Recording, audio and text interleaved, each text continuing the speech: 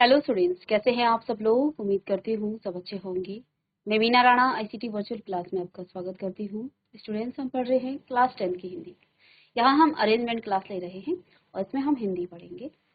Class 10th में हम आत्मकथ्य पढ़ रहे थे। आत्मकथ्य जयशंकर प्रसाद जी ने लिखी है। और ये आत्मकथ्य है क्या? आत्मकथ्य कोई आत्मकथा नहीं है। आत्मकथा में कोई व्यक्ति अपने जीवन की सभी घटनाओं को क्रमबद्ध तरीके से लिखता है, लेकिन यहाँ ये जो कविता लिखी गई है ये आत्मकथ्य है। क्योंकि जब जयशंकर प्रसाद जी को उनकी आत्मकथा लिखने का प्रस्ताव दिया गया तो उन्होंने अपनी आत्मकथा न लिखने की यहाँ कई तर्क बताए और बताया कि उनके जीवन में जो है अनेक जो है ऐसी घटनाएं घटी हैं। उनके जीवन में रूपी जो वृक्ष है उसमें अब पतझड़ आ गया है, यानी कि जो वृक्ष पहले हरा भरा था वो अब पतझड़ की स्थिति में है। इसलिए कहते हैं मैं अपनी आत्मकथा नहीं लिखना चाहता। लेकिन उनके मन रूपी जो भौरा है वो अब जो है गुनगुना रहा है। उन प्रत्येक घटनाओं की तरफ वो जा रहा है कि आखिर मैं किस घटना को लिखूं इस आत्मकथा में।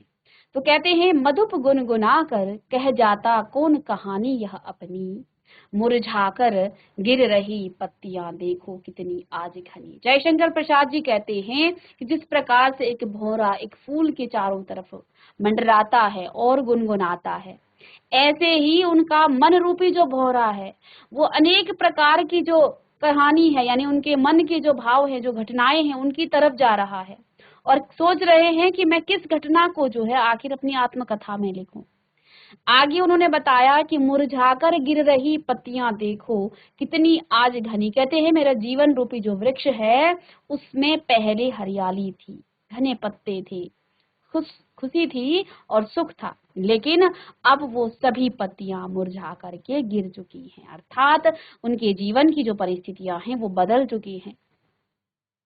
इस गंभीर अनंत नीलिमा में असंख्य जीवन इतिहास, कहते हैं इस संपूर्ण हिंदी साहित्य में, इस अनंत हिंदी साहित्य में, अर्थात अनंत आकाश नीलिमा, यानी कि इस पूरे हिंदी साहित्य जगत में असंख्य लोगों ने अपने जीवन को लिखा है, अपने जीवन की कहानियां लिखी हैं, अर्थात आत्मकथा लिखी है। यह लोग करते रहते हैं अपने अपना व्यंग मलिन उपहास, और उनको पढ़कर ऐसा लगता है कि इन लोगों ने अपना ही स्वयं का जो है व्यंग उपहास किया है।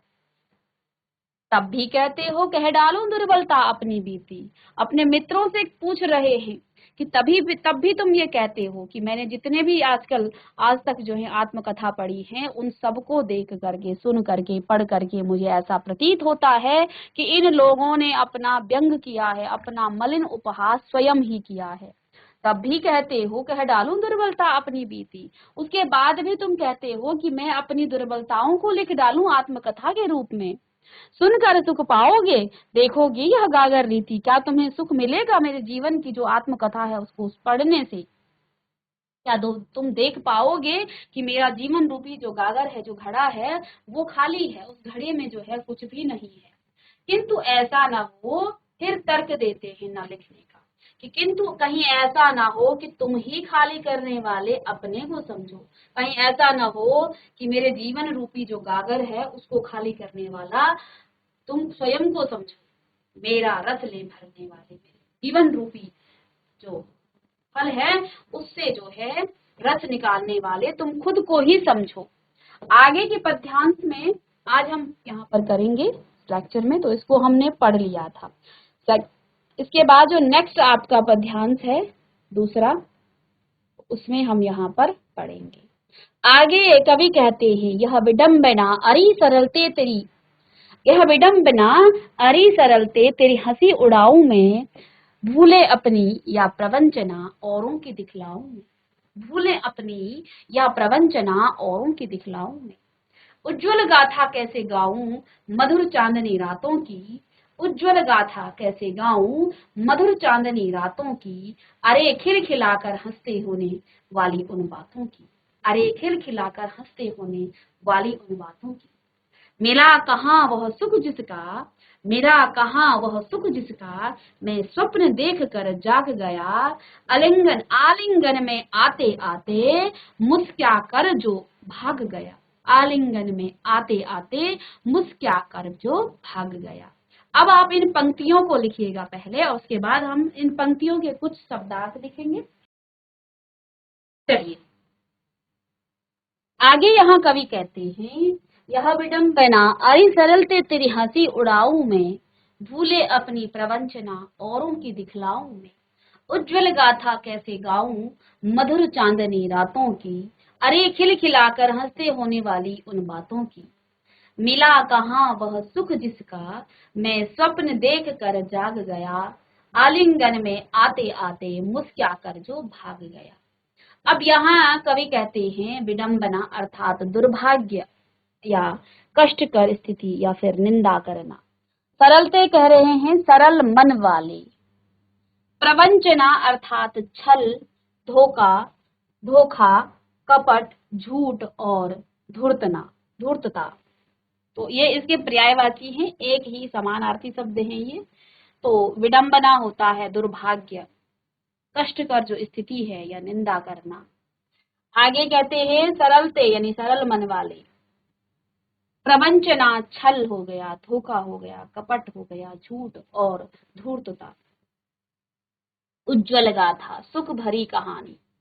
आलिंगन बाहों में भरना, मुस्कुरा या मुस्कुराकर। कवि यहाँ पर कहते हैं कि जिस व्यक्ति का स्वभाव जितना ज्यादा सरल होता है उसको लोग उतना ही ज्यादा धोखा देते हैं। कवि यहाँ पर क्या कहते हैं, जो व्यक्ति जितना सरल होता है उसको लोग उतना ही ज्यादा धोखा देते हैं। कवि अपने उन प्रपंची मित्रों की असलियत दुनिया के सामने लाकर उनको शर्मिंदा नहीं करना चाहते, साथ ही साथ वे अपनी निजी पलों को भी दुनिया के सामने नहीं बताना चाहते। अपनी पत्नी की मृत्यु के बाद कवि अपने जीवन को दुखमयी समझता है। अब कवि ने क्या कहा है, यहाँ पर कवि क्या कह रहे हैं कि जिस व्यक्ति का स्वभाव जितना ज्यादा सरल होता है उसको जो है लोग उतना ही ज्यादा धोखा देते हैं। लोग कवि अपने उन प्रपंची मित्रों की असलियत दुनिया के सामने लाकर उनको शर्मिंदा नहीं करना चाहते, साथ ही साथ वे अपने निजी पलों को जो है दुनिया के सामने नहीं बताना चाहते। अपनी पत्नी की मृत्यु के बाद कवि अपने जीवन को दुखमयी समझता है। आगे व्याख्या में लिखिएगा, कवि कहते हैं कि यह बड़े दुर्भाग्य की बात है कि मेरे मित्र मुझसे आत्मकथा लिखने को कह रहे हैं। कवि ने क्या कहा, ये मेरे लिए एक दुर्भाग्य की बात है कि मेरे जो मित्र हैं वो मुझे कथा लिखने को कह रहे हैं, क्योंकि सरल मन वाले की मैं हंसी कैसे उड़ाऊं। मैं तो अभी तक स्वयं दूसरों के स्वभाव को समझ नहीं पाया हूं। कहते हैं मेरे सरल स्वभाव के कारण जीवन में मुझसे जो गलतियां हुई, कुछ लोगों ने जो मुझे धोखे दिए या मेरे साथ छल और प्रपंच किया, उन सभी के बारे में लिखकर मैं अपना और उनका मजाक नहीं बनाना चाहता हूँ। कवि ने फिर से यहाँ पर एक और तर्क दिया कि जीवन में मुझे जो धोखे मिले हैं उन सब धोखों और प्रपंचों की वजह से मैं जो हूँ अब जो है अपनी आत्मकथा नहीं लिखना चाहता हूँ। और उन्होंने ये भी कहा कि मुझे जो है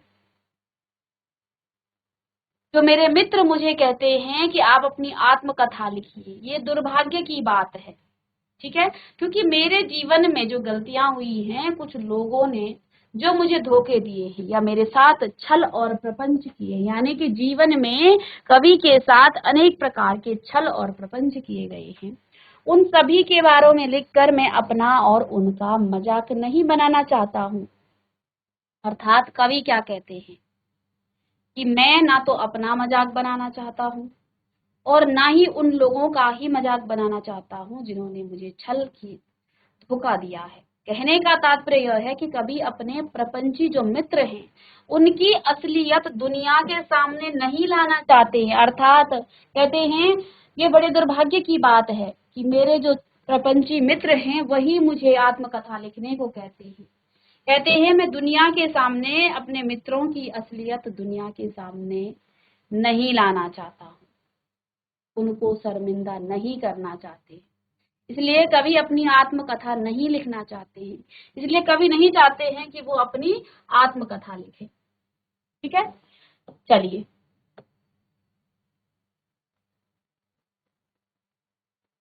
कभी अपनी पत्नी के साथ बिताए गए मधुर पलों का जिक्र करते हुए कहते हैं कि आगे इसी में कवि ने बताया कि वो अपनी पत्नी के साथ बिताए गए, असल में कवि की जो पत्नी है उनका देहांत हो गया है और अब जो है वो उन मधुर पलों को याद नहीं करना चाहते। कहते हैं कवि अपनी पत्नी के साथ बिताए गए मधुर पलों का जिक्र करते हुए कहते हैं कि चांदनी रातों में मैंने अपनी प्रियसी या पत्नी के साथ एकांत में खिलखिलाकर हंसते हुए उनसे प्यार भरी मीठी बातें करते हुए जो समय बिताया था, वही मधुर स्मृतियां ही अब मेरे जीवन जीने का एकमात्र सहारा है। उन निजी क्षणों का वर्णन मैं कैसे कर सकता हूँ? उन आनंद भरे पलों की बातों को मैं दूसरों के साथ बांटना नहीं चाहता हूँ। कवि कहते हैं अब उनके जीवन में जो है दुख है क्योंकि उनकी पत्नी का साथ नहीं रहा, लेकिन जो मधुर पल उनके साथ उन्होंने बिताए हैं, कहते हैं मैं दुनिया के सामने उन पलों को उजागर नहीं करना चाहता हूँ, दुनिया के सामने उन्हें नहीं कहना चाहता। कवि आगे कहते हैं कि मुझे जीवन में वह सुख कहाँ मिला जिसका मैं स्वप्न देख रहा था। कहते हैं मैंने भी जीवन में कुछ सुखों का स्वप्न देखा था, लेकिन मुझे वो सुख नहीं मिल पाया। कहते हैं देखते देखते अचानक मेरी आंख खुल गई। कहते हैं मैं स्वप्न देखता था, हर कोई देखता है अपने स्वप्न, लेकिन उन स्वप्नों को देखते देखते कहते हैं मेरी आंख खुल गई और मैं जिस सुख की कल्पना कर रहा था वह सुख मेरी बाहों में आते आते अचानक मुझसे दूर भाग गया। अर्थात कवि ने अपनी पत्नी के साथ सुखपूर्वक जीवन जीने की जो कल्पना की थी वह उनकी मृत्यु के साथ ही खत्म हो गई। अब उनका सहारा सारा जीवन जो है दुखों से भर।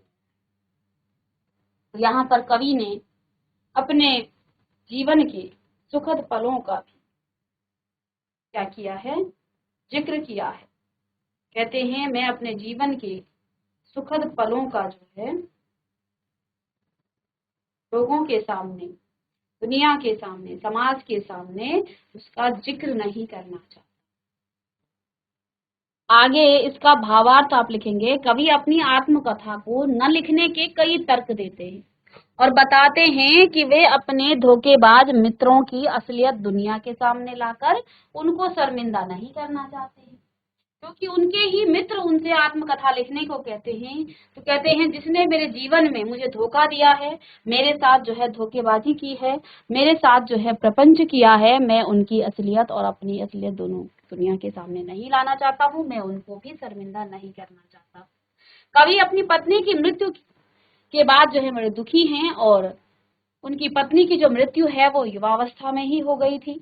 अपनी पत्नी के साथ बिताए मधुर पलों की स्मृतियां ही उनके जीवन जीने का एकमात्र सहारा है और मार्गदर्शक है, इसलिए वो अपनी पत्नी के साथ बिताए हुए उन मधुर पलों को अपने उज्जवल गाथा के रूप में देखते हैं और उन्हें किसी के साथ वो बांटना नहीं चाहते। ये इसका भाव था यहाँ पर। और बच्चों यहाँ पर हम अब इन पंक्तियों से एक बार फिर से कहते हैं यह विडंबना अरी सरल ते तेरी हंसी उड़ाओ। कवि ने क्या कहा, कहते हैं यह दुर्भाग्य की बात है। ठीक है, कहते हैं यह विडंबना यानी कि ये जो है एक दुर्भाग्य की बात है। अरे सरलते तेरी हंसी उड़ाऊं मैं, सरलते यानी सरल मन वाले। ठीक है, कहते हैं मेरा मन जो है बिल्कुल सरल है, मैं लोगों के प्रपंचों को भी नहीं जानता, भूले अपनी या प्रवंचना औरों की दिखलाऊं मैं, अरे सरलते तेरी हंसी उड़ाऊं। अर्थात मेरा मन जो है एकदम सरल है। ठीक है, इसलिए कहते हैं ये एक दुर्भाग्य की बात है कि मेरे जो प्रपंची मित्र हैं वो मुझे क्या कह रहे हैं, आत्मकथा लिखने को कह रहे हैं। अरे सरलते तेरी हंसी उड़ाऊं मैं, मेरा मन जो है अत्यंत सरल मन है, इसलिए मैं जो हूँ उसकी हंसी नहीं उड़ाना चाहता हूँ। भूले अपनी यानी जो मैंने कुछ भूलें की होंगी, कुछ मैंने कमियां की होंगी, या फिर प्रवंचना। प्रवंचना का अर्थ होता है, अभी अभी हमने आपको प्रवंचना का अर्थ लिखाया था, क्या? छल या धोखा। जो भी मुझे धोखा दिया है औरों ने, कि दिखलाऊं मैं उज्जवल गाथा कैसे गाऊं। कहते हैं भूलें अपनी यानी अपनी कमियों को और दूसरों के प्रवंचों को औरों की दिखलाऊं मैं। दूसरों के प्रवंचों को भी मैं नहीं, उन दूसरों के जो धोखे हैं, जिन्होंने मुझे धोखा दिया है, उसको भी मैं लोगों के सामने नहीं दिखाना चाहता हूँ। ठीक है, अब आगे उन्होंने कहा उज्जवल गाथा कैसे गाऊं मधुर चांदनी रातों की। अरे खिला कर हंसते होने वाले उन बातों की। कहते हैं मैं उज्जवल गाथा कैसे गाऊं, अपने उन सुनहरे उन अच्छे पलों को, उन उज्जवल गाथाओं को मैं कैसे गाऊं। मधुर चांदनी रात, जो अपनी पत्नी के साथ मैंने बिताई थी, उन पलों को जो है मैं दूसरे के सामने, लोगों के सामने कैसे गाना गाऊं, कैसे जो है उनका उजागर करूं। अरे खिलाकर हंसते होने वाली उन बातों को, जो उन बातों को मैं कैसे दुनिया के सामने कह दूं, जिन पलों में मैंने अपनी पत्नी के साथ जो पल बिताए हैं, मैं उनको औरों के सामने नहीं कहना चाहता। मिला कहाँ वह सुख जिसका, मुझे वो सुख कहाँ मिला जिसका मैंने स्वप्न देखकर देखा था।